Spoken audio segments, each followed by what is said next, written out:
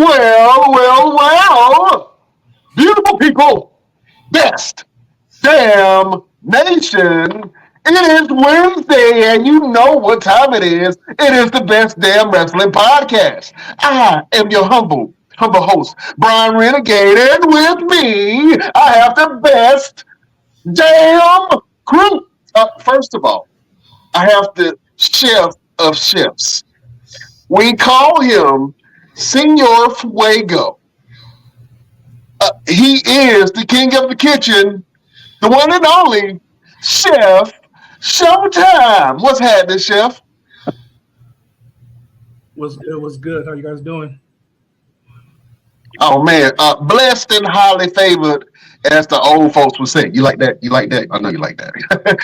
Next, we have the green-eyed bandit. In the dark alley, this man can either save your life or beat you up in front of your girlfriend. We call him the Brownsville Bully. He's your mama's favorite wrestler, and he can whoop your daddy ass. We call him the one and only Maniacal Dark Roosevelt. What's happening? What's going on, man? I'm surprised you didn't say Miss Everything. Look at you. You getting better and better. I'm progressing. You know what I'm saying? It's all about progression. That's it. It's become a part of the intro now. It's Roosevelt. Yeah. It's hard. I still revert back to saying Mr. Everything every once in a while, but you know, I'm trying. I'm sure we're gonna hear it at least once or twice throughout the show. Once or twice, man. Ladies and gentlemen, we have a prodigy on the show. Excuse me, Roosevelt, can you please do the due diligence and introduce our esteemed guest, please? Absolutely. Ladies. First of all, before we even get started with introducing this man, calm down. Okay? Calm down. The brother, he's got goals. He's got his mind set on them books. Mm-hmm. Leave him alone. Leave him alone. Down. But, ladies and gentlemen, we have an amazing guest today. We have seen his dad here on the Best Damn Wrestling Podcast in the name of Chayce Coleman. This is the next generation of Colemans, the next generation of professional wrestlers, the next generation of superstars. Ladies and gentlemen, we have in the house with us today, Chayce Coleman. Yeah, listen, first of all, I always wanted to have hair like yours. You know what I'm saying? I don't know, what you put in your hair? Juice and berries? Huh? Water and conditioner, man. This is all genetic. Some people just lucky. No secrets, man. Some people are just lucky, man. Thank you for being on the show, my brother. Thank you for having me, man. This is a great honor. Look, I had to ask some questions. I was like, can I cuss in front of him? Is he old enough? I didn't know. Yeah, I'm chilling with everything. Say what you gotta say. I don't want no smoke from Pops. That's what I'm telling you. I don't man. He at church right now, actually. He doing Bible study. Amen. Yeah, stay in there. Stop praying. There you go. Listen, I'm gonna go ahead and get into it. I'm gonna get downright messy with it. Let's go. Who's a better rapper, you or your daddy? If you ask him, he would say me, so I'm gonna say me. Okay, all right. Confidence in the young buck. I like that. He said, "I'm gonna say me." Yeah, I like that. Oh man, let's get into some of this music real quick, man. Talk about your musical journey and your musical influence. I know that you have been brought up around the church. Does that have any influence on your sound?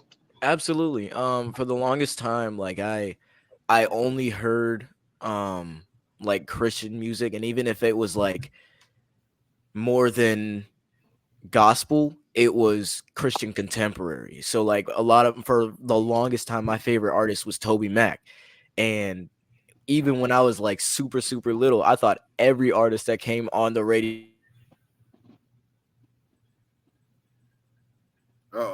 We've Oh, lost some quick technical difficulties, ladies and gentlemen, but just give us a second. He will be right back after these messages. He will be right back. There he is. They they, done they, tried to kick me out. They they tried to kick you out. they Yeah. done tried to take me down, but I will not be stopped. Talk There about you coming go. back. But yeah, for the longest time, I don't think I heard like other than popular songs that were played at like school events and stuff like that. I don't think I heard music on my own until maybe 5th, 6th grade. Um, and the more I got into it, the more I listened to different sounds. So like the first, I guess, regular rapper that I grew up on was Eminem. And it was really funny how that came about because I was listening to a parody of a song that was in the style of him. And my dad was like, "Are you listening to Eminem?" And I was like, "No, who's that?" And he was like, "Look him up." So I did. And now we're here. Oh man, see, Eminem influenced the whole generation. Oh, absolutely. Multiple generations. Yeah, Multiple. man. Yeah. You know what's different about Eminem music, and when I was your age, I was listening to Eminem too. Mhm. Um, but man, listening to it now, it's a little different. Yeah. I can't finish some of the songs. Some of the songs are a little strong. Yeah. You You're know like, what I'm saying? what you want to what the who? You You want to going put to what do where? Oh my what you gonna do to Kim? Yeah, god. Oh my bro, that Kim story was another an entirely different legacy. That's crazy. And yeah. like I think that song, like they tried to cancel him over the songs he did with Rihanna, and I found that funny because I was like, just don't let them listen to Kim. Do Yeah, not. no, That's not gonna end well for anybody. nobody's. Oh man, so talk about some of your musical influences. You just mentioned Eminem, man. Who are some of your people that you listen to for musical inspiration? It's always changing. It's always changing. I definitely said Eminem. As I was going down that like rabbit hole of listening to music, I also discovered 21 Pilots through a friend of mine in middle school, and that also influences my sound. So I have like bits and pieces of a little bit of every genre, a little bit of every sound, because that all can create something original, you know? So 21 Pilots, Eminem, right now JID. Um, I've been listening to a lot of pop rock, so like Jaden, uh, I listen to Corpse, like every aspect of not only rap but music in general I've always found interesting. I dig that, man. Well, for people that's not familiar with your music and some of your sound, man, you got a new track out that's called 911. Can you talk Yes. about that real quick? Oh, absolutely. So I'm working on a project called School's Out, and the entire premise of this album is a love story that goes on throughout a summer. And 911 is the first song on this rock album, which is the first time that they're seeing this from me, is a rock, like not only track but fully rock album. Um so I had a lot of fun with it. It was about a story that happened like multiple years ago, but you know, you can just I have the ability to go back to that time. Like, what did I feel? What did I think? What was I how would I have responded to this? What was I thinking about in that moment? And I put all of that onto a song and add all that emotion as much as I can. Awesome, man. Well, I'm gonna play the track. You can lip read or lip sing, lip sync. Is that lip sync? Lip sync, Yeah, yeah. you can lip sync to it if you want to, man. But we just wanted to play our listeners, man, a little bit of the track 911. Here we All go. right.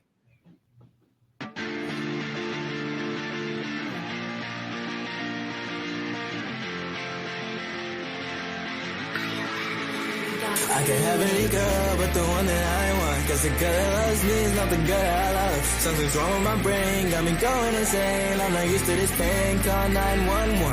Is it my fault? I can't seem to move on. Trying to find a way I could have treated you wrong. Feeling like I've always had the number 2 spot. Can't try and kiss the testing on the patient I've got. Is it my fault? I can't seem to move on. Trying to find a way I could have treated you wrong. Feeling like I've always had the number 2 spot. Can't try and kiss the testing on the patients I've got. Bright city, but my heart is dark as ever. Gaining new people, but sometimes I gotta sever. Emotions fluctuating, and my heart is like a lever. But neither of those sides ever got me feeling better for long. Looking at the past, heart is tethered to logs. Unaware that I've only ever treaded along. The worst part about it was I wasn't in the wrong, so I can't apologize if it wasn't my fault. I feel like I'm sedated. Every time I see your face, I love it and I hate it. I love the memories that we had when we were dating. But hated it, surrendering the feelings that were fading. Thinking that you want me in the first place. Must be Peter, how you denied me at your birthday. 3 times, 3 lies straight in my face. You're laughing it off, but you got me feeling sideways. Like, is it my fault? I can't seem to move on. Trying to find a way I could have treated you wrong. Feeling like I've always had the number 2 spot. Stand trying, cause you're testing all the patience I got. Is it my fault? I can't seem to move on. Trying to find a way I could have treated you wrong. Feeling like I've always had the number 2 spot. Stand trying, cause you're testing all the patience I got. Yeah. Getting offers on the daily. Can you be my baby? Promise coming up, so would you be my date, please? Offers on the jump, but that isn't where my brain leads. Stuck in the past, archaeologist, crazy. I want you, but you don't want me. I guess what you can't have is too appealing. Asking what is love, well I felt the real thing. But what they don't warn you about is where that road leads. You weren't mine, it was only my turn. And as long as you're still on it, I would watch the world burn. And it's like I see your face every way that I turn. And I pretend like I wasn't ever hurt. I try to stay friends, try to stay in the background. Watch your success, but there ain't none of that now. You let me on, and the time I wouldn't back out. You're my addiction, but I'm burning down the crack house. Is it my fault? I can seem to move on. Trying to find a way I could have treated you wrong. Feeling like I've always had the number 2 spot. Scan trying, cause you're testing all the patience I got. Is it my fault? I can seem to move on. Trying to find a way I could have treated you wrong. Feeling like I've always had the number 2 spot. Scan trying, cause you're testing all the patience I got. I can have any girl, but the one that I want. Cause the girl that loves me is not the girl that I love. Something's wrong with my brain, got me going insane. I'm not used to this thing, call 911. I can have any girl, but the one that I want. Cause the girl that loves me is not the girl that I love. Something's wrong with my brain, got me going insane. I'm not used to this pain, call 911. 911. Woo! Woo! Let that breathe. Man. Let that breathe. Somebody call 911. Somebody. Oh man, that's awesome. Hey, it be like that sometimes. The girl that you love don't be the one that wants you. You know what I'm saying? Yeah, there was definitely like real life inspiration for that track. Like I said, 2 years ago, a lot happened, and because it was coming back to school during that quarantine time, but at the same time, like seeing everybody for the first time in real life and trying to get over this, but it's also my senior year. Like I had a lot of different influences going on. So making that song was definitely like a callback to everything before I graduated, before I really started doing wrestling, like picking that back up. There was so much that led into that I wanted to touch light on. What's her name so I can get my cousins and them to jump her ass? Right now. Yeah, we can't do that. Can't do that. See, you gotta remember the best revenge is blowing up without thinking about him. Boom, there you go. There you go. Boy, you wise for your age. You know what I'm saying? There we go. Yeah. Go ahead, Roosevelt. Oh no, I was agreeing. Yeah, I love that. So with that song, I mean, it's dope. It sounds like something you can hear on the mainstream. Who kind of influenced that kind of music for you? I know it's kind of like a pop type thing. So what kind of pop artist? Really, I listen to a lot. I listen to a lot of like, in fact, on my Spotify replay, I got called The Alchemist because of how many playlists I have. Like I have different playlists for different genres, different feelings, a lot of that stuff. So, like on my pop rock playlist, there's a lot of Jaden. There's some Machine Gun Kelly, not much. There's Travis Barker. There's so many people that like made one song or made a couple of songs that I liked, and they got added to the playlist. And when I was like going through listening to a bunch of different styles, I was like, I think I could do this. So I tested myself out, and that's what happened. Oh man, I think you were brave for adopting that sound. Even though there's people that's done it before you. Did that feel a little bit out of your element when you started doing the punk rock style of music? Because you're known for rapping, True. and most notably, you're known for rapping over wrestlers' entrance theme music. That's where I first started. That's when I started first hearing your music. I was like, oh man, he rapping over this theme music and this one. So was Yeah. that a big change going from that, or was it just natural for you? Um, I think it was a little bit of both. It was something to learn. It was a different area of music, but there was so much that was the same about it.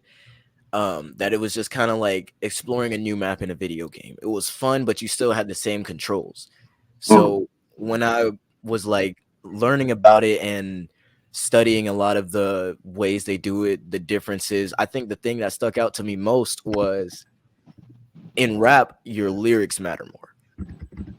In rock, the chorus matters more, what they're feeling, how you say it, the flow.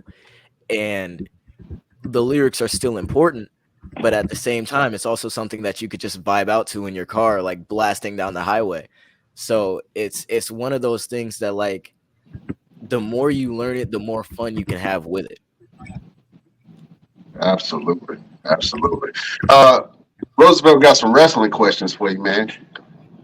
Yes, I do. So, ladies and gentlemen, just in case you don't know, I've known Chase since he was around 8, 9 years old, the same age as my son right now. And I know you pretty much have grown into this business. You've been all of what one key match I always go back to. I'm sure you know exactly which one I'm talking about. Is the match between your dad and the Geordie Bulldogs. Like you Okay. actually got involved with the match and the storytelling behind all of it.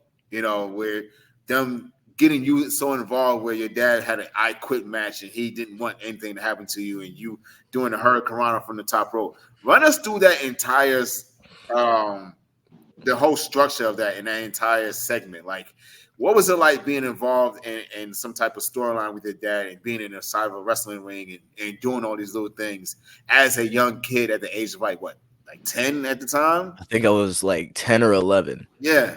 Run us through that real quick. So I had no idea like what was going to happen going into where the wrestling show was being held. But I was always open to everything because I mean I loved like being in the ring. I loved doing especially like doing flips off the ropes and stuff like that. So when my dad pulled me aside and he was like, "Hey, can you do a Hurricane Rana?" I was like, "Absolutely."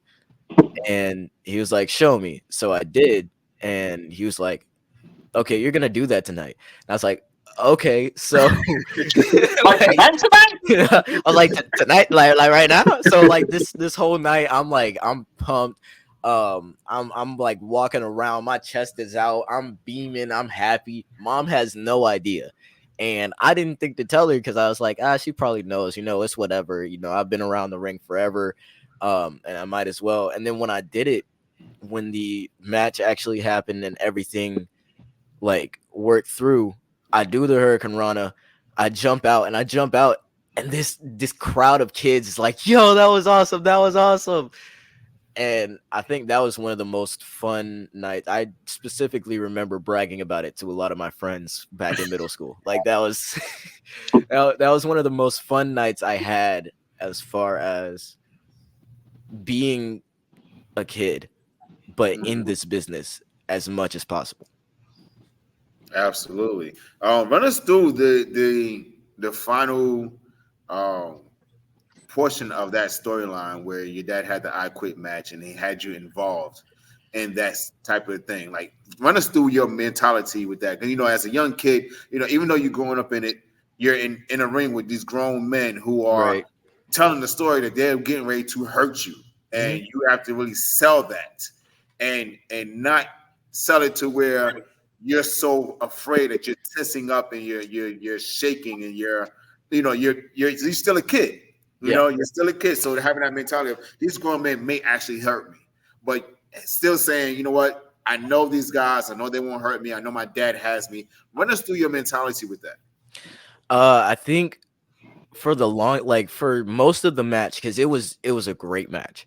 for most of the match, I was literally just enjoying everything like that was going on. So I was like, oh my gosh, he done got a plunger out the bathroom. He filled it with water. Like Brad Attitude spitting out water from the plunger. I was like, this is insane. I've never seen him use these type of weapons, whether it was a chair, a plunger. Like, I'm pretty sure he used somebody else's hat. It was so much fun to watch. But like once it got to that point where he was handcuffs, I was like, okay, yeah, now I'm seeing it. I feel that. I feel that this is messed up. He's about to hit my dad in the head with a chair and he's defenseless. He can't move. He's literally got like a maybe 3-foot range of motion. The ref's trying to get him out. So I slide up there. I'm trying to get him out and he's like, I'm gonna get you. And I'm 15 at the time. So I wasn't wrestling yet, but I knew a little bit. So I was like, okay, let's see if I could try the same thing twice. I go for the Hurricane Rana. He catches it, and I catch a 6'2" power bomb, 6'4". Yeah, I yeah. don't know how tall he is, but it was a high place to fall from. It was that definitely and I've watched that a couple times. In fact, DJ Dells, he has that part in his YouTube video, and like watching it after everything that's like transpired throughout the 4 years after that is like it keeps adding on. I honestly want to go back to AML and like start up a storyline, whether it's be with Brad Attitude, whether it be with Tim. Like there's a lot that could bloom from that moment. Absolutely. Other than your dad, I know he had a big influence in you being a part of the wrestling business. What other influence have you had in just watching certain guys, or whether mainstream from WWE, Ring of Honor, AEW, or just on the independents? Like, who actually gave you some type of inspiration to say, you know what, I would love to try this, or I would love to be able to get in a ring with this person, or work like this person? Okay. I think the first person that like really made me want to get in the ring and like got me excited to watch wrestling all the time was Jeff Hardy. He like whether it be his character, the dance he did before, like everything about Jeff Hardy, I wanted to emulate at some point. I even have some of his armbands from a wrestling show when I met him.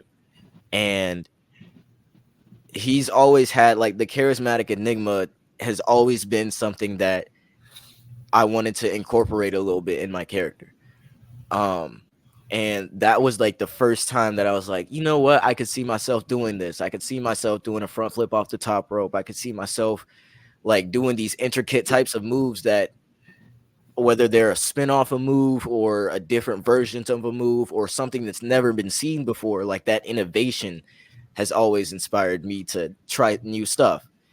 And then when I got back into wrestling, I saw a lot of different people like Ricochet. Ricochet is definitely one of my favorites. Will Ospreay. The Briscoes were also awesome. Awesome.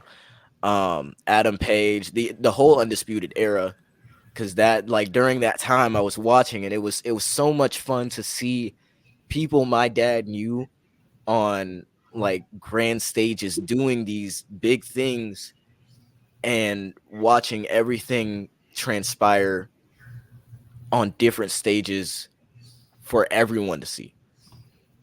So it's like, okay, I know people know him from this, but now they know him from this, and now they see him on this, and now they know he can do this. And like bringing in the Undisputed Era for the first War Games match, that was cool, and that was something that was innovated, that was brought on by people my dad knew. Gotcha. And I still owe the Undisputed Era some hands. I owe them some hands. Right? I ain't gonna get into it too deep, but I owe them some hands. I'm gonna get my get my hits back. I'm gonna get my hits I back. definitely, yeah, I remember that as well. Yeah, you like seeing your stint in NXT was cool, but as soon as the Undisputed Era came out, I was like, they did my man dirty. Run us through what life was like for you in terms of like going to school and being the son of a superstar like your dad and being involved in all these different shows. Like, tell us how kids related to you whenever you went to school, and especially with your music as well? Like how do they walk up to you like, hey, Chayce, are you the superstar? Or we're like, oh, that's just Chayce. You know, his dad does these things. It was definitely more of the latter because I was admittedly a weird kid growing up. So like I moved. I wouldn't say a lot, but during school for me it was a lot. So I was always obsessed with wrestling, and then in third grade we moved to Charlotte. Then I'm still obsessed with wrestling, and there's only like one other person that watches wrestling that I'm like, okay, cool. Me and this guy can be friends. This is awesome. And then I started playing Minecraft and getting into that. So now I like wrestling and Minecraft, two things that have nothing to do with each other that a lot of people also don't necessarily care about or necessarily relate to, think are popular, whatever. And while that was going on, I still love wrestling. I still love Minecraft. I go to middle school at Northwest School of the Arts, and it's an entirely different place than where I went before. So the first day I'm sitting beside a kid and well, two kids, one's a boy, one's a girl. So I turned to the boy to my right and I'm like, hey, do you like Minecraft? He was like, yeah. Do you have a PS3? Yeah. All right, we're friends now. We are still friends to this day. And we stuck together throughout that because both of us were kind of like the weirdos, but not the weirdos, if that makes sense. Right. So I was never really like popular because of wrestling. And like the people that knew me, they either knew my dad was a wrestler because I told them, or they didn't because I didn't. And it wasn't like I don't think I've had instances where it was like, hey, your dad's Chayce Coleman. I remember you, at least not in school. So I was definitely like I had a very normal childhood, except on weekends. Yes, every weekend is dedicated to wrestling and church. Absolutely. Yeah, Wrestling like and church. having friends invite me out and be like, "Hey, you want to go to this?" I'm like, "Brother, do you know what night it is, brother? It's SummerSlam. Like, this is a family event. I'm not going nowhere." Right. Oh man, you mentioned that you had the opportunity to meet some superstars. Like you just mentioned Jeff Hardy, and Yeah. you say he gave you some armbands. Yes. Oh man, see that's a lot cooler than my Jeff Hardy stuff. I met Jeff Hardy because he had the bubble guts and he was trying to figure out where the bathroom was. And he asked me, I had to point it to it's over there, dog. You know what I'm saying? And then I'm like, is that Jeff Hardy? That was Jeff Hardy. I didn't want to be weird and follow him to the bathroom. Like, hey man, Right. can you sign this receipt? Yeah, give me your autograph. Sign the back of this receipt real quick. But talk about some of the people that you come in contact with just because they know your dad or just because you're in wrestling. Talk about some of the people that you were able to meet. There's definitely been a few, and well, way more than a few. Recently I've met Roderick Strong. I met him at WrestleCade and saw him again at DPW, and he like had a full-on conversation with me, like actually talking to me, actually remembering who I am when he sees me. Like that was something that I hadn't always experienced in the business. So I definitely want to give him a shout out because he gave me some pointers on what to do during wrestling. And I appreciate him for that. I'll be forever grateful for that. Recently I also met Shelton Benjamin. I had met him before as a kid, but I hadn't seen him like since I was able to say I'm in the business or I'm doing this now, I'm doing this now. So like he remembered me and he was like, hey, yeah, like how's your music going? I was like, he knows about that. It's great. Like that's awesome. And I think it was the night of that show that I went ahead and wrote the Ain't No Stopping Me remix. I saw that. Yeah. And I tagged him as a collaborator. I was like, I just want to see if it works. And he collaborated with me on it, and I was so happy that happened. I've met Paul London. I've met Adam Cole. I'm trying to think of names off the top of my head, but there are so many that I don't want to miss people. That's a cool brag in itself. It is. You know what I'm It saying? definitely is. I met so many famous people, I just forget names. You know what I mean? And, um, and a lot of these connections that you've made came from Omega too, right? yes, yeah. Meeting the Hardys, I actually met them first at a, my birthday. So like for my eighth or ninth birthday, my dad was like, "Hey, get in the car. We're going to Matt's," and I knew Matt at the time. So like I had always seen him, but I hadn't seen Jeff. And like every time I saw him, I would be like, "Yo, what's up? How you doing?" But I'd never seen him and Jeff in the same place. Mm. So we went to Matt's house. He has the shed with the ring in it, and it's nighttime. I think it was cold. It probably was because it was September. Um, I walk in. I'm playing toys with Matt Hardy and saying hi to like Rebby, and he brings in Jeff, and I'm like, "Yo, this is awesome!" Like meeting meeting the person that kind of got me into the business that I would like turn on Raw all the time and like can't wait to see. Um, so meeting them was always cool, and I still like run into them at different shows. A lot of AML. Um, it's always cool to see them because that's family. That's like my dad was trained by the Hardy Boys. Right. So like knowing them and knowing how well they know my dad, it's always cool to see him. Man, for my eighth birthday, I think I got a pack of gum and a Lion King tape. So, so that's pretty dope, man. You know what I'm saying? Your childhood is so much better than a lot of people. I tell you that. Oh, absolutely, absolutely. All right. So Um, so the ultimate question: how many phone numbers you done got because you done knew some of these guys? um, that depends on what kind of phone numbers you're asking about. Because if you're talking about like wrestlers' phone Girls, numbers, I don't ask for wrestling phone numbers. girls. How many Girls, girls phone numbers? there's a very Don't few. incriminate yourself, young No, man. no, there's very few amount of women I know that watch wrestling. So I don't think I've ever like gotten a phone number because of the fact that they watch wrestling. Just Gotcha. give it time. Just give it time. Uh, Don't worry about it. Just hey, focus on you, young man. They'll come. They will come. all right. So now you're wrestling. Now you're in the Yes. ring. You're taking bookings. And I actually remember your very first match. Mm-hmm. Yes, yes. I was. It was at your promotion. Yeah, you know I the company that I was working at, um, and you had a very good match with Cam Jackson. You guys went up yes. there and really told a really great story.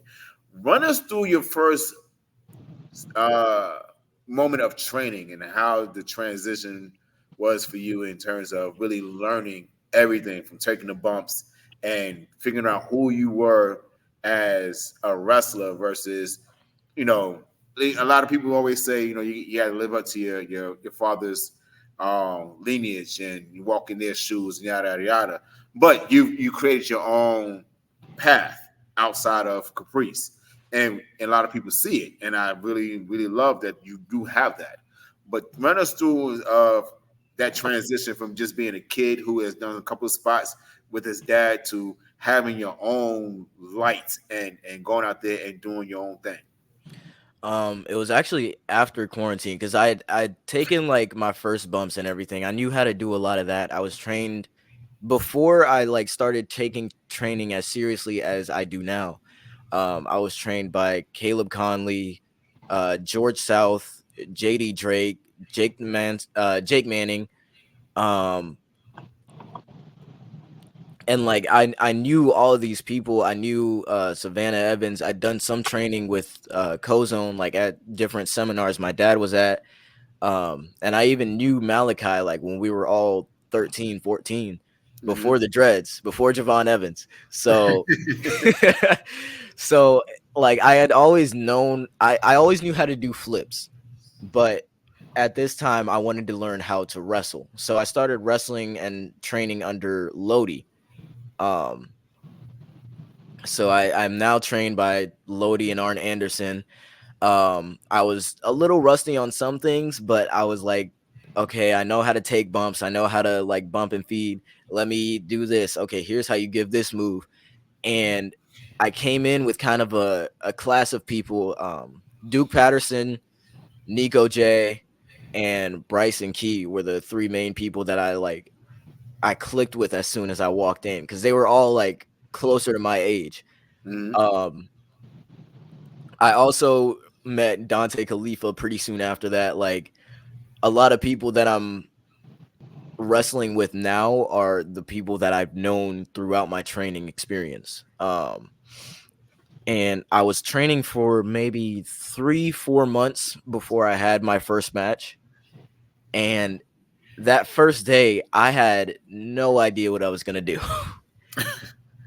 Because originally I was going to go to See No Evil Mhm. in Gastonia and just see if I could get like a match or a spot in this Royal Rumble they had going on.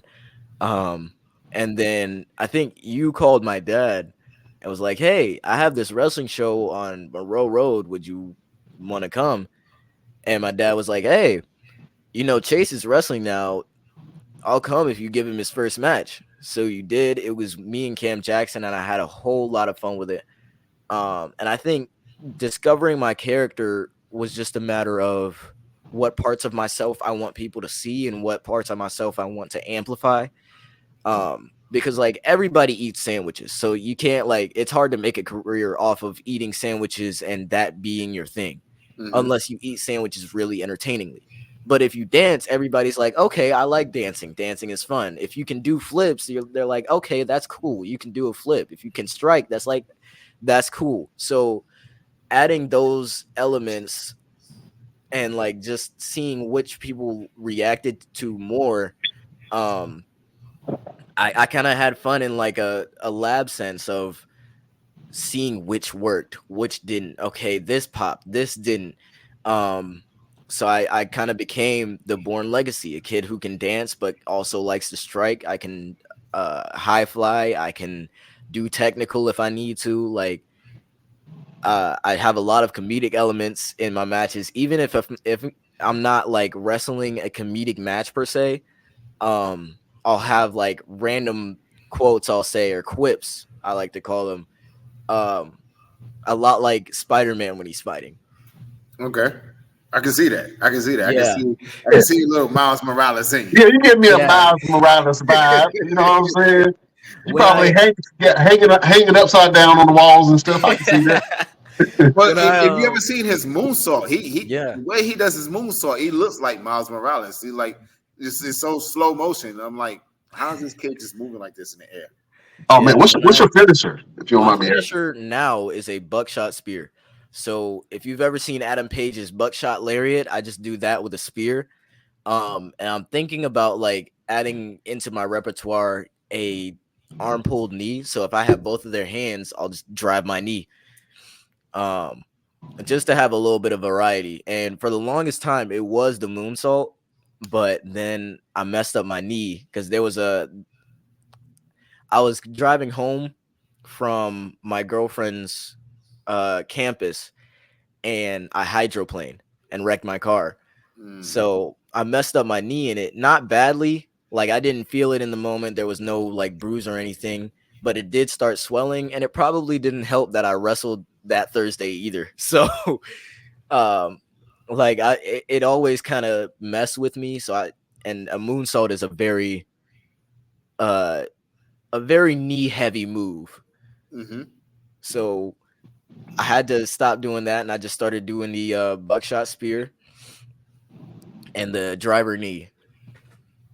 and the buckshot spear is pretty much a pretty knee heavy move as well because you got to be able to True. land correctly because that one move out of nowhere like you just one wrong step and you can blow your knee out.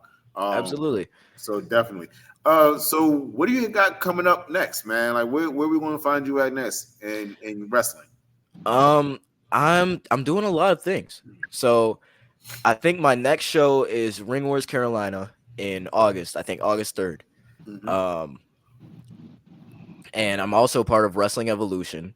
I've been gone for a little bit, but I'm coming back soon. Um, and between that, any bookings that are given, I'll probably take.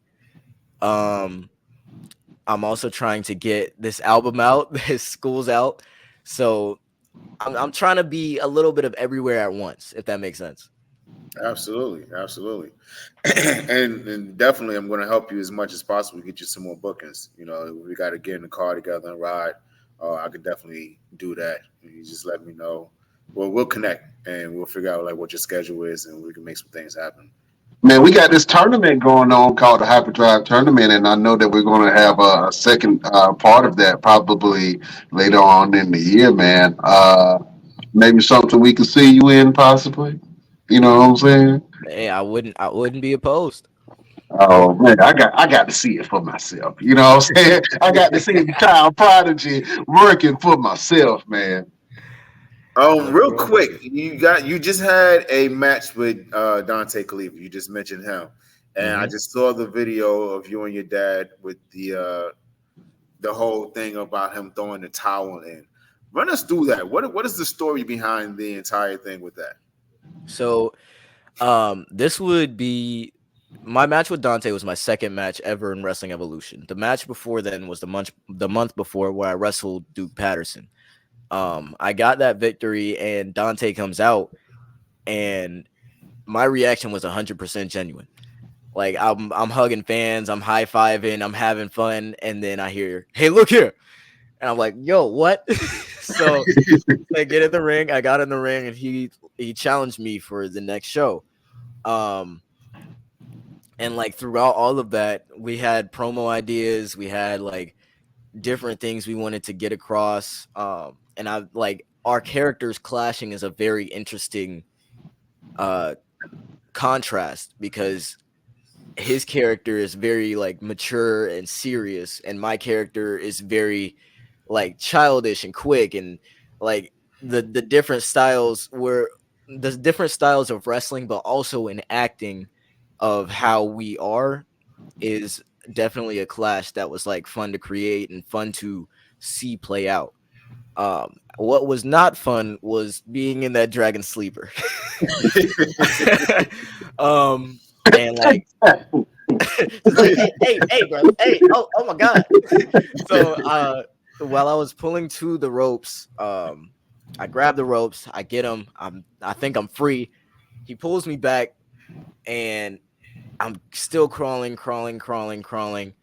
and he keeps going until my dad throws in the towel. After that, you can see my head kind of poke up, like, huh, what just happened, and just go down and accept what just happened. And we've been playing off of that uh since then. The show after that was Dante Khalifa versus LeBron Cozone, where he tried to use a chair to finish Cozone off.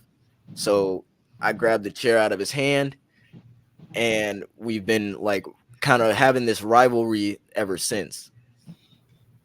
Um, but the Born Legacy is starting to like more and more stray away from my dad, and seeing that happen it's like it's a slow burn, but it's definitely something that's going to be significant in the future of Wrestling Evolution.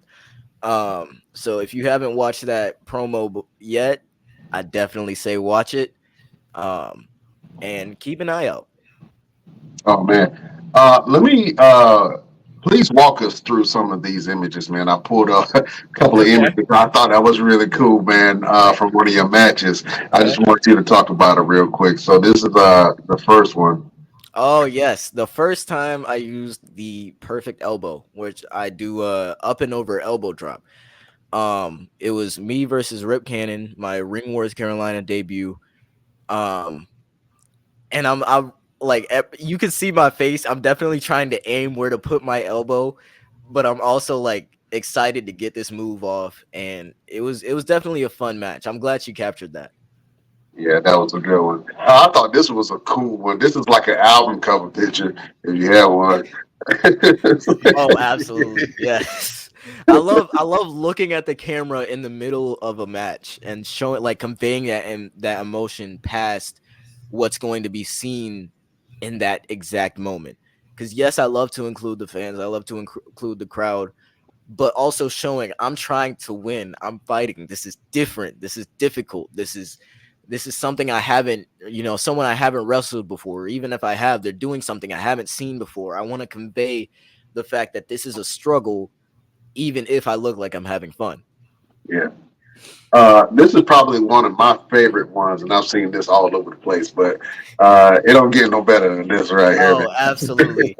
That was after the calf kick I gave him, and that was like so much fun. I just got up and yelled. I had no idea what he was doing behind me, and I didn't see until after. She showed me the photos, and I was like, this is sick. Like this is the best. I don't want to say the best photo that's ever been taken of me, but in me of action at the time, it definitely was. Yeah, I saw that. I was like, man, what did he hit him with to make him do a handstand like that? The secret's out. It was a calf kick. It was a calf kick, boy. That calf kick looked dangerous, Jack. Oh, make a man stand on his head with feet, Oh, absolutely. straight up. Brother doing breakdancing moves. Yeah. Oh man, that's impressive, man. For your young career, man, I think that you have a lot of what the old folks call juice. You know what I'm saying? You got the juice, young man, and I would love to see more of you. Do you have any bigger aspirations of where you would want to land as far as a company is concerned? If you do continue to pursue the wrestling. I won't say there's a place I want to go to specifically. Of course, I want to like end up on grand stages, but whatever those may be. I've always like wanted to be a part of WWE, but I've also seen AEW. They've got a lot of good stuff going on right now. Will Ospreay's now signed. That match with Swerve was insane. The match with Daniel Bryan was amazing.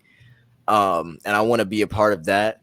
Also seeing ROH, which technically right now is a branch of AEW, but like the history that ROH has, and not only within wrestling, but within my family, I definitely think is something that I would like to capitalize on.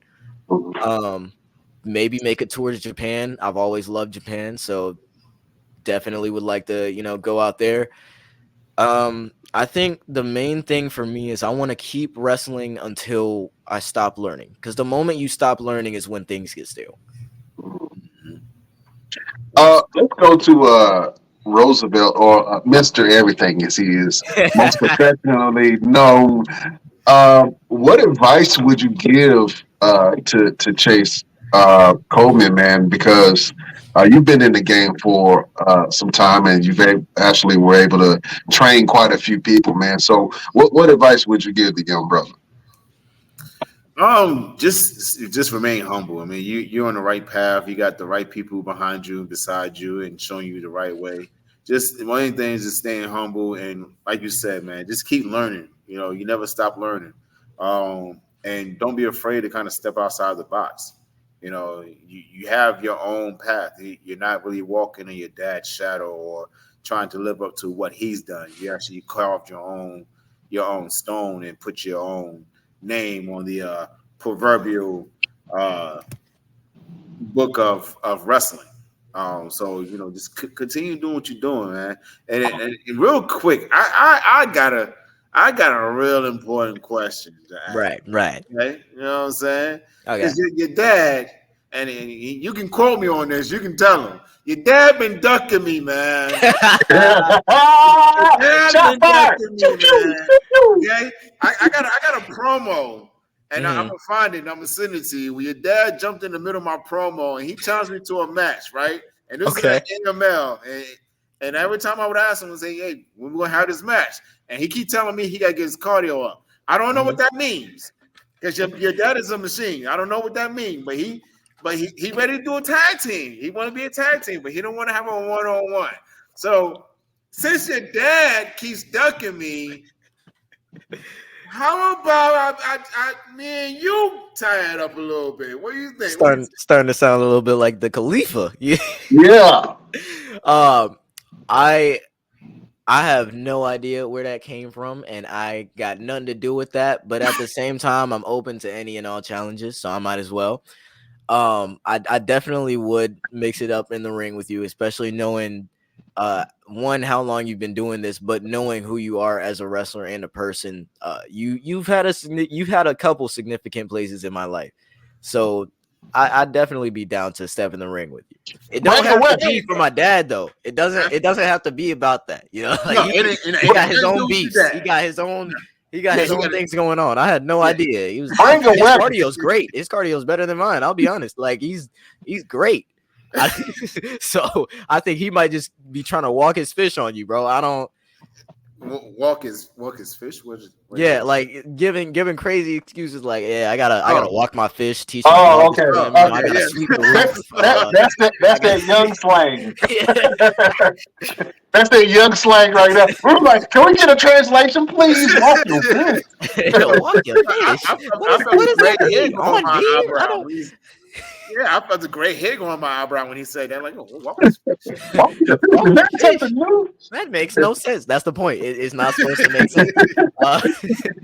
Yeah, No, but I love your dad. I love your whole family. You know, we have always been connected. We've always been family for a very long time.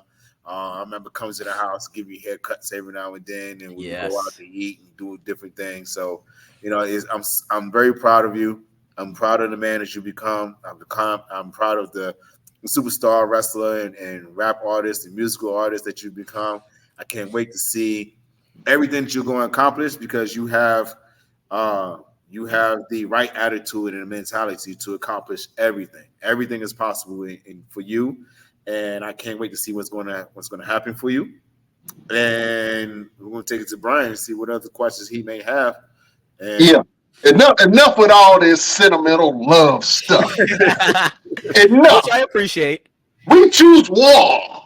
That's what we choose. We choose war, and we have to go to battle.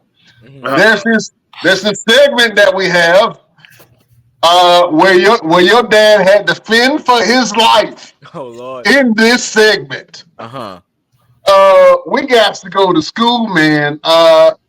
I want you to cut a scathing promo against your nemesis, your one and only opponent, the evil maniacal Roosevelt. Beautiful people, we going to promo school. All right. All right, who got first?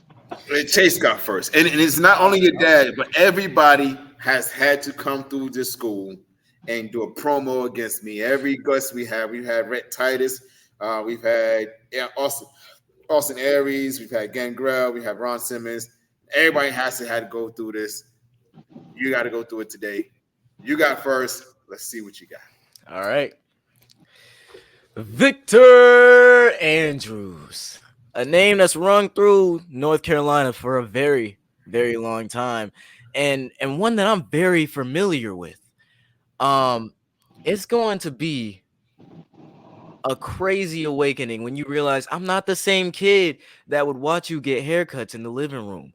And I'm definitely not the same kid that was sitting in the crowd cheering you on, because I definitely won't be cheering you on when I'm standing in front of you. You see, these fists got fires and these kicks got flavor. The dragon is here, and I cut you like a taper. We finna go crazy. We finna go wild. The Born Legacy versus Mr. Everything. It's gonna be a great night. For who? That's for me to decide. Oh, your boy got chops. Woo! Woo! You hear that? You hear that? Huh? Sound like an ass whooping to me. Man, let's talk about it. Roosevelt, what you got to say, man? The young boy came ablazing, you know what I'm saying? Spitting that hot fire. You know what I'm saying? What you think about it? What you got to say for yourself? Chayce Coleman. You made a big mistake by thinking that this is the Victor Andrews that you watched as a kid. See, this is no longer Victor Andrews. This is now only Roosevelt. And the problem with you standing in the ring with Roosevelt is the fact that I like to fight. And I don't care if I've known you since you were 9 years old. I don't care if you cheered for me. I don't care that you got this music career. In fact, once you step in the ring with me, the main thing you need to have on speed dial will be 911. Ooh. Because I don't know if this is considered child abuse or just abuse. But one thing is guaranteed.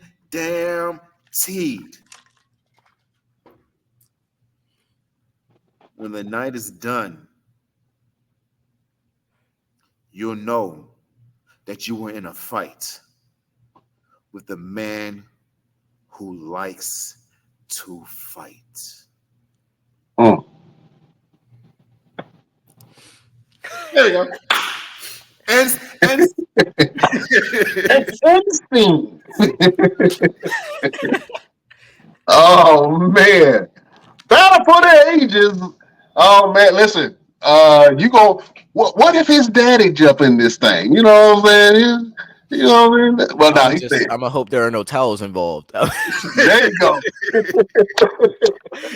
there you go." He said, "Leave Caprice ass at home."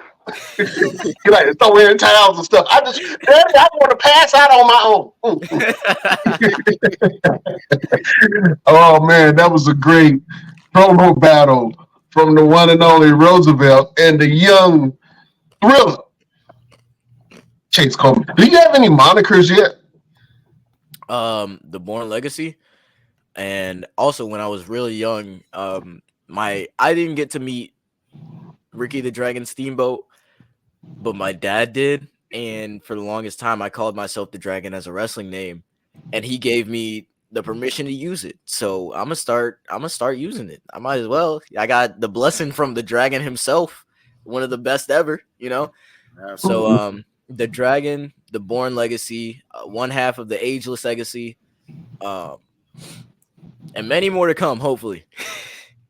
Could we ever see a match between you and your father, like almost like Dominic Mysterio versus Rey Mysterio kind of style? And who would be the heel in that match? Ooh, you definitely can. You definitely will be able to see me versus him. That's something that I think we both want to embark on, uh, especially in the near future. And as far as who would be the heel, I would say tap into my wrestling and just see, keep updated, see what happens. It might be me, it might be him, it might be some random person that has nothing to do with the match that goes by B. It just, you never know what happens. Right. Yeah, but Have you been the heel in matches yet, or do you more lean to babyface? I think I've been a heel once. We had a student showcase for Team Fearless last month, and I wrestled against one of the trainees named Cam Isaac. And that was when I first adapted the Dragon moniker for the first time. I like that. I think you got to add something in front of the dragon to make it uniquely yours. You know what I'm saying? Like the drip dragon or something like that. I don't The know. Drip Dragon. Oh, I'm gonna let you find that. I'm gonna let you find that. But hey, man, I think that you have been blessed by the wrestling gods, man, and I think if you just keep on developing what you got going on, brother, I think you'll be all right. I want to make your daddy happy real quick. Let's talk about faith real quick, right? Okay. Talk about your spiritual journey and have you found your voice in your religion yet, or are you still searching for that? Define voice. Um, who you are as in close proximity to your relationship with God, right? I've always been like in church, especially because of my dad. Like he's always had something to do with the church, whether he was preaching, pastoring, ministering. Right now he's youth pastor at the church we go to now, and I'm the cameraman. So I've always been in close proximity to church, which also leads to the fact that I've never really questioned God's existence. And the more like I learn about it, the more I like try to change to be a better person, a better Christian, a better son, a better brother, a better boyfriend, all of that. So I think I won't say I've always been the same person, but I've always had the same motive as far as Christ, which is to put him first in everything I do, and never to like stray away in a sense of like thinking I'm too good for him, or doing things that I know I shouldn't, and just doing it to do it because I want to do it for no reason. Like I always want to be, even if they can't tell it's because I'm Christian, I always want there to be a difference about me. In my music, I never cuss. I have a friend who's on a couple of songs that says whatever he wants, but I personally never cuss in my music, and that's partially because of the fact that I'm a Christian. And there are so many words in the dictionary that I can rhyme without saying five of them. Like Right. it's definitely something that I work around, and I love the challenge of it, because there's so much of it that there's so many people that don't do that today, where they rhyme the same word 4 times, and if you take that out, I want to see what's still left. Hmm. Mm. Real quick, you did just mention being a big brother. Hmm.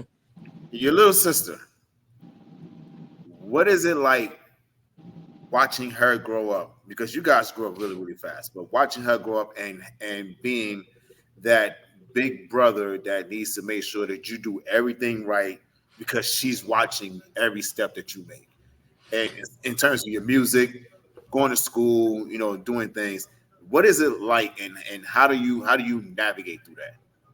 My sister, I can say without a doubt, is my biggest fan. Like, she knows all the words to all my songs. She knows even songs I haven't released. Like, I could write a song, and in 3 days, if I'm singing it around the house, she'll have every word. And if she misses one, she'll be like, I missed it. Dang it. I'm like, Gabby, that was written 3 days ago. It's not a big deal. No, but like I like the song, and I know I'm supposed to know the lyric. Okay. As far as watching her grow up, I think right now we're in the hardest part of it, because she's a teenager now. She's 15. And with that also comes like everything that comes with being 15. So she's starting to keep her eye on boys now, and they're reciprocating, and I got to be back here like I can't hurt them. I can't hurt them unless they make me. Unless they make me. But so far Just she's want to had a talk. pretty. I just want to talk to him. I Right. just I want to talk to just I just want to talk. Don't mind the trash can ECW style weapons back there. That's just for if he doesn't want to talk. So we just gonna have a civil conversation, or war, whichever depends. Like, as long as he's well rounded, I will also be well rounded. right. That's a But very mature way of doing that, because I used to try to fight all my sister's boyfriends. I didn't care. I was, I was like, y'all ain't coming up in this house. Yeah, well, the quick way the power way play. kids are built now, they ain't built like kids no more, man. I like she was very fond of this young man who is taller than me and weighs more than I do. So I can't just be picking fights for no reason. I can't, like, if you 6'2" and you come up to my door like, hey, I'm here for Gabby. No, you ain't. What in the world? You here to give me some dietary pointers. You finna what are what are they feeding you, and where can I get some? Like, Yeah, you got to hit them with the bad boys. Exactly. That's exactly what came to mind. Yeah. You maybe old hit him with tall that Rufus Marlon looking. Wayans. So do we have a problem? We have a problem. Yeah.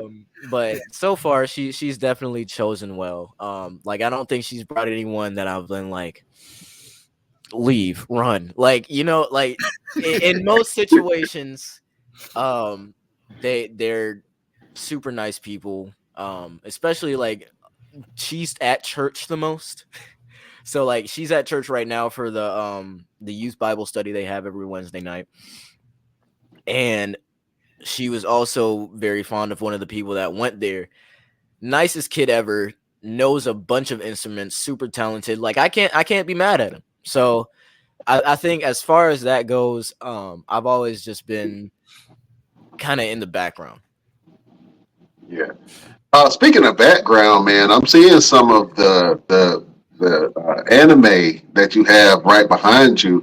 Did you draw those, or was it something that you just pulled from somewhere? So this one right here, I did draw. That was for a school project, and it was back when I think I was in senior year, and I had a movie class, which is wild, but I'm still friends with that teacher to this day. So I had a movie class, and they were like, you can pick any movie, just make an alternate poster for the movie that has nothing to do with the original poster. So in Japanese over here, I'm trying to figure this out mirror wise. Yeah, that's good. The seventh Hokage, and then the last Uchiha. It's Sasuke and Naruto bonds. Okay. So like that's the one I have drawn. The one behind me right here, that was a gift from a friend of mine. Um, and then the poster behind me, that's probably the most popular Naruto poster. um, but I'm definitely like I'm known enough for liking anime that I've gotten a few gifts. That's dope. I think, see, this is the thing with anime. I think that our generations really don't see eye to eye on what's the best anime cartoon, period. For me, in my generation, it was Dragon Ball Z. I Mhm. think for you and your generation, it's like Naruto. And in my mind, the two ain't even the same. They're It's they're like, definitely not the same, and I also don't think that everyone can agree on like the top four animes, which would probably be Naruto, Bleach, Dragon Ball, and the fourth one always changes. Some people say it's Demon Slayer. I don't think that's necessarily true. Some people think it's Hunter x Hunter. Some people think it's Attack on Titan. But there's always going to be the big three, which is Naruto, Bleach, One Piece, and then the grandfather, Dragon Ball Z. Absolutely. I got to go a little bit further, like Gundam. I got to, Gundam, okay. yeah, got to go a little bit further back into the 80s. But yeah, man, that's interesting to see how this generation has really taken to anime and taken to video games, man. I mean, you guys are doing something that we can only dream of. Like, I know cats that's making like millions of dollars just playing video games. Yeah, And that was something I dreamed about being a kid. You know what I'm saying? yes. Oh my gosh. I have an idea for a video game. So if you know any developers, let me know. But like I've always been as soon as I figured out what video games were, like I even heard stories of myself. I've always been a gamer. I used to have this Winnie the Pooh game when I was living in Kuwait at like 2 or 3 years old that I would play all the time. Then we got a Wii and I was playing WWE all the time. Then we got like more WWE games. Then I heard about Minecraft and I was playing that all the time. And now I have a PlayStation and I have games I play on my computer to where like I'm kind of well versed in gaming. So like even if I haven't played the game necessarily, I've probably watched a gameplay on it or like watched a commentary or watched a video about it.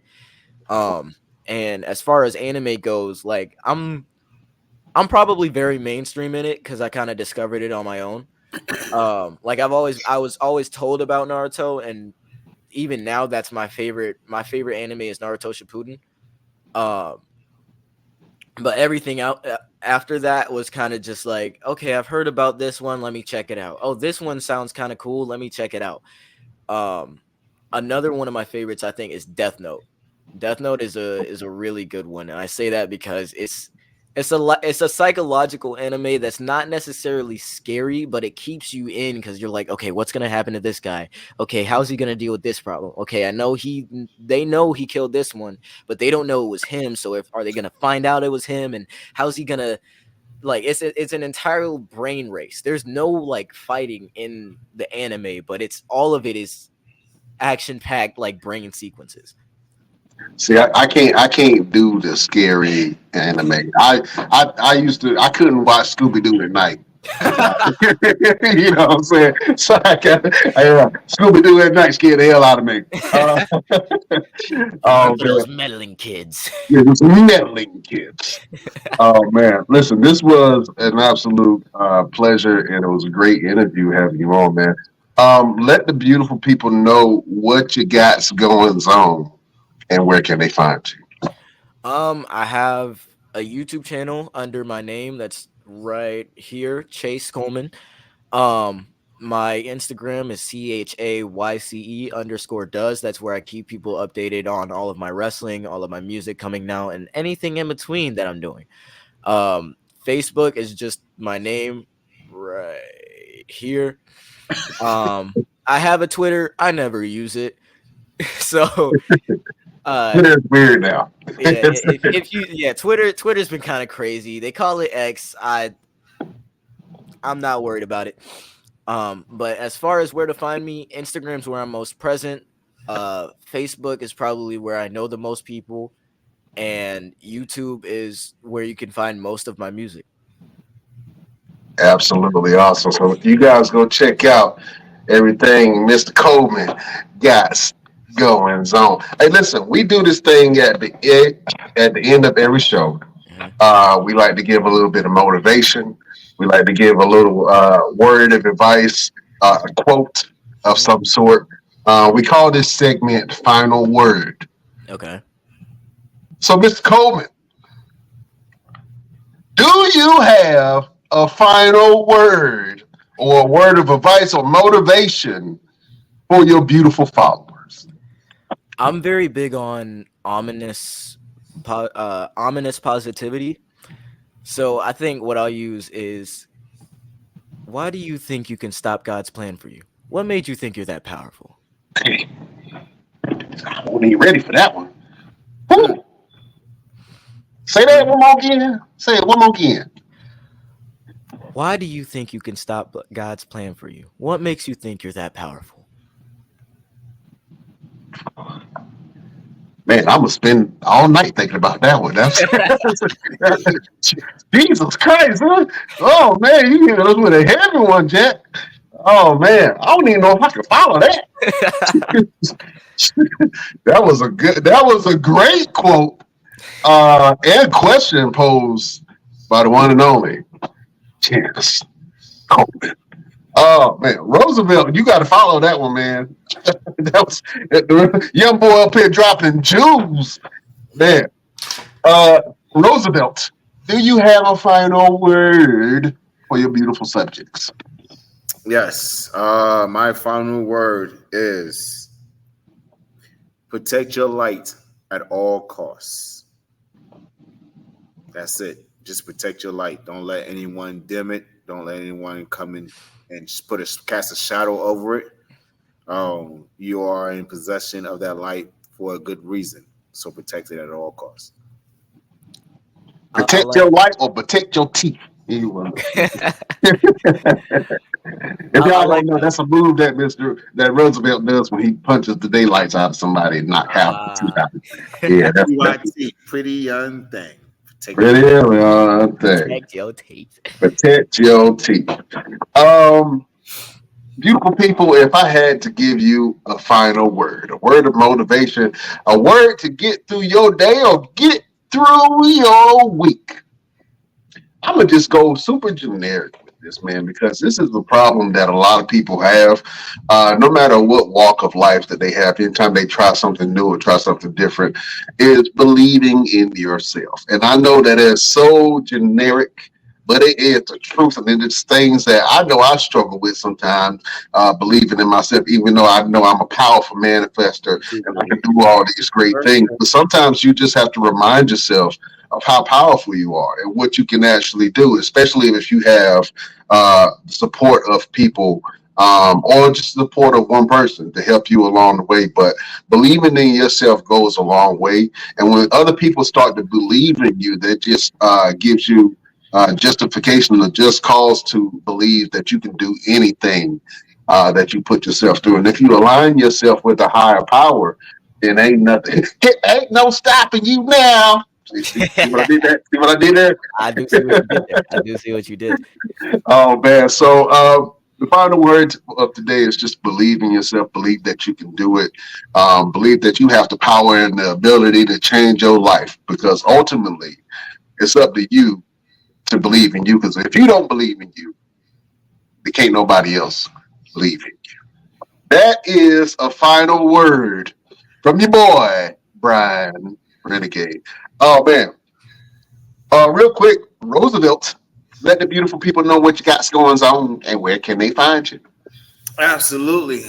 Ladies and gentlemen, you probably just know that I just came back from Germany. Amazing trip. Man, I went out there and got busy. I showed my patootie. I let them know who Roosevelt was. Of course, you guys know I'm getting ready to go to the UK at the end of this month. Lord willing, working on some things to make that happen. Got a show tomorrow in West Virginia. Got a show on Saturday in Lumberton. We have the Best Damn Wrestling Hyperdrive Tournament. The culmination of the tournament, the semifinals and the finals happening this Sunday.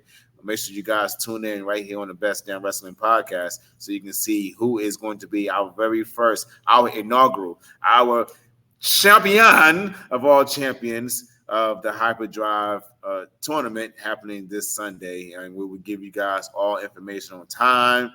And of course, the location is going to be right here on the Best Damn Wrestling Podcast.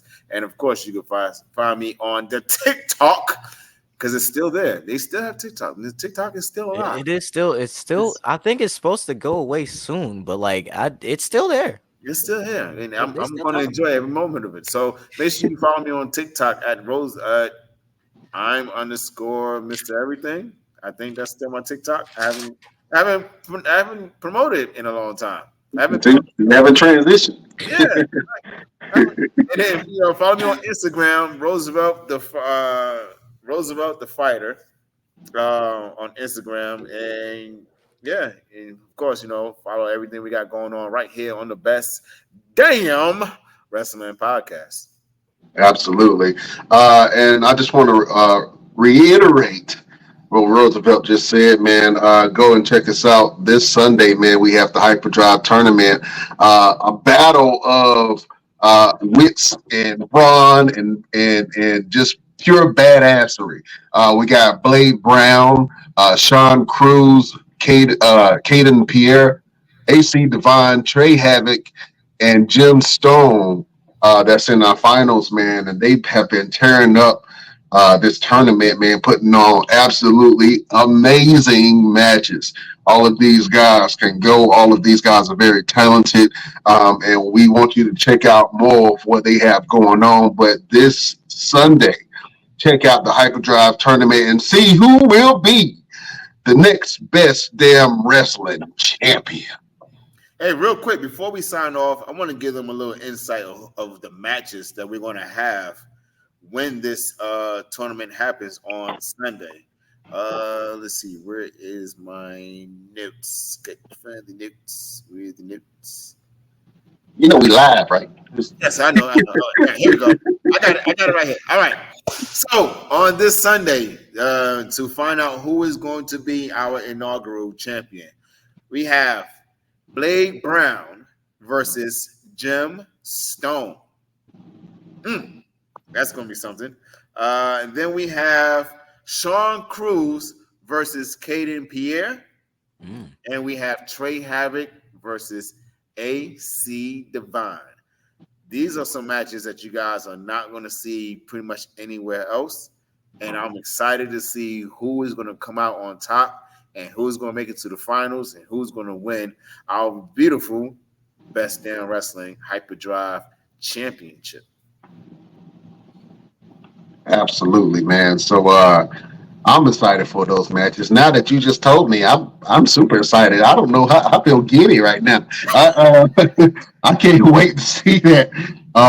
This is going to be interesting. Real quick, Chayce, have you had the opportunity to get in the ring with any of these guys, or would you like to at some point? I've wrestled Caden Pierre on Firestar Afterburn. I don't think the match was aired, but it was a tag team match between me and DJ Springs and Caden and Amira. Everyone else on the I have wrestled AC Divine and Dynamite Jackson. That was a time where I was actually tagging with Duke Patterson before I wrestled him in Wrestling Evolution. So Man.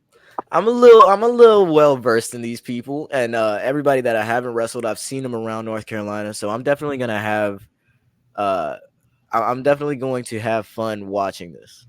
Oh man, let me show you some of the damage that Caden done. I'm happy nothing happened to you, but yeah, My God. yeah, yeah, they were going at it, Jack. That's what I'm talking about. This tournament is absolutely brutal, and they have been whooping each other's hind parts. Oh my gosh. Yeah, so they've been getting it in, Jack. So yeah, check out the Hyperdrive tournament on Sunday, man, so you can see some of these matches. And I believe it's going to be live as well. Is that correct, Roosevelt? Yes, yes, it is going to be live. Yeah. Venue wise, we still down in Lumberton. Yes, we are down in Lumberton at the flea market. Awesome. So we got a live crowd checking out the Hyperdrive tournament. We are streaming it live and we are recording this thing just to show you some of the top talent in the Carolinas. So check it out whenever you get a chance. In your leisure, watch the recordings of the old matches. You will not be disappointed.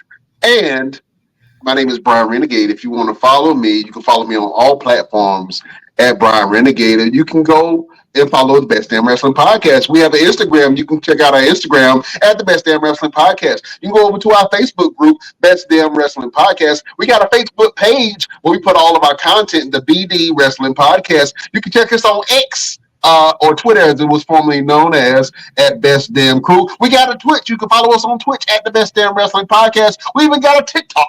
And you can visit our TikTok at Best Damn Wrestling Crew. And you can go to our damn store, www.bestdamnwrestlingstore.com. We got all kind of stuff. We got hoodies, we got shirts, we got all kind of memorabilia for you. So whenever you get a chance to, if you want some good quality clothing, go to our Best Damn store and get you some damn merchandise. Damn it. All right, that's all the cursing I'm gonna do. I'm sorry. I just love how he fixed his glasses before he said the last one. Yeah, you know, I gotta make sure he had little clarity. dazzle. You know what I'm saying? I told you could say 5 curse words. You said 72 of them. Well, I want to get Chayce to say. Told me to I just want to get. I want to get Chayce to say one. Just one curse word. Ain't nobody from your church listening. Just one small. It's in the title, so damn is in the Bible. So that's. I just want you to say one curse word for me. I want you to help us sign off. Okay, so I'm going to say the best, and I want you to give me your best damn once I point to you. Oh, I mean, this is your only time that you can curse, and you ain't gonna get in trouble for it. Yeah, you ain't gonna get in trouble. And if any heat come down from your pops, Roosevelt will handle that. I knew you was gonna do it. Roosevelt will handle that. I'm gonna be right here. Yeah, if there's any heat that come down from your pops about you cussing on the show, he gonna have to deal with Roosevelt. he gonna have to deal with Roosevelt, not me. Yeah, he gonna have to deal with Roosevelt, not me. I got nothing to do with that. Yeah, I ain't had nothing. Just you gonna have to do with Roosevelt. I told him to do it, but I ain't had nothing to do with it. Oh man, listen, people, we can't hold you no longer. Follow us on all of our social medias. Check us out, what we got going on. Check out Chayce Coleman, young, brilliant young man. Thank you for coming on this show, man. You are a breath of fresh air, sir. Breath of fresh air. Yeah. Roosevelt, you are a fart in the bag. That's what you. I was trying to make a comparison, man. Don't look at me like that. Hey, see, now I feel like you're gonna have heat with more than my pops, because you might have both of them tag teaming against you if you just said that. Well, if that happens, then I'm gonna require the services of a young dragon. You know what I'm saying? I'm gonna need some backup from the young dragon. Right. You know what I'm saying? With the flavorful feet. What do you say? Feet got flavor. Yeah, with the flavored feet. Fish with Yeah, fire and feet with flavor. there you go. I need your services, sir. Oh man. Listen, here we go. We will see you next week on the next best. Damn. Woo! Woo! That made me tingle on the inside. That was good. Yeah, I got it from Ron. Wrestling podcast. Boy, you sound like a grown ass man with that damn. You must have been holding on to that damn forever. You hold it for a long time. Long time. That was a deep damn. That would have made Ron Simmons proud right there. Yeah. That's the goal. That's the goal. That's the go. Oh man, beautiful people. Thank you for joining us. We'll catch you on the flip side. We bid you adieu.